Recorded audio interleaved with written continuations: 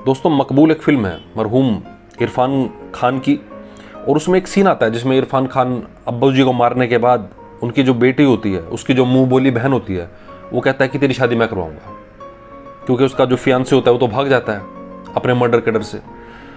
तो जब वो ये बात बोलता है तब उस लड़की का जो रिएक्शन होता है, वो कुछ बोलती नहीं, वो उसको 2 मिनट देखती है और खूब जोर से चीख मारती है, चीखती है, चिल्लाती है, जैसे उस पर कोई आत्मा चढ़ गई हो, कोई उस पर माता आ गई हो। और वो उसको देख कर ही मकबूल पीछे हो जाता है और कमरे से चला जाता है।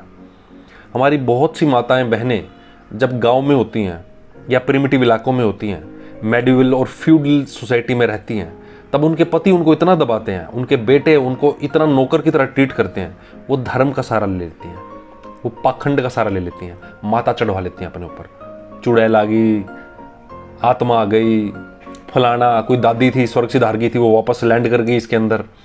तो इस तरह की हरकतें करना स्टार्ट कर देती हैं।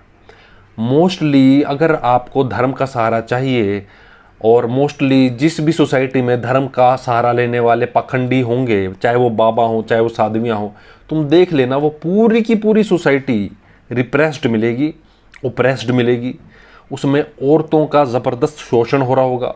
वहीं पर मौलवी बहुत ज़्यादा मिलेंगे, वहीं पर औरतों के अंदर ये प्रेत बाधा और इसके उपाय और तांत्रिक, और औरतों के अंदर ये जो मैंने बताया जिस तरह के लक्षण होते हैं, अपने अलग अलग जो बूफे लगे हुए हैं भूतों के, वो सब तरह के बूफे वो सिलेक्ट कर लेती है। आज कौन सा भूत बुलवाएगी वो, कभी नानी मरी हुई, कभी परदादी, वो बता देती है प्रॉपर्टी में किसको किसका हिस्सा चाहिए। ये सब इसलिए होता है क्योंकि उसको कभी बोलने का मौका ही नहीं दिया गया।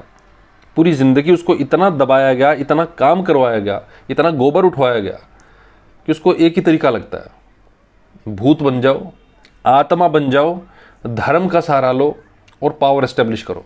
हमारी बड़ी बड़ी पॉलिटिकल पार्टियां भी तो यही कर रही हैं दोस्तों, नहीं?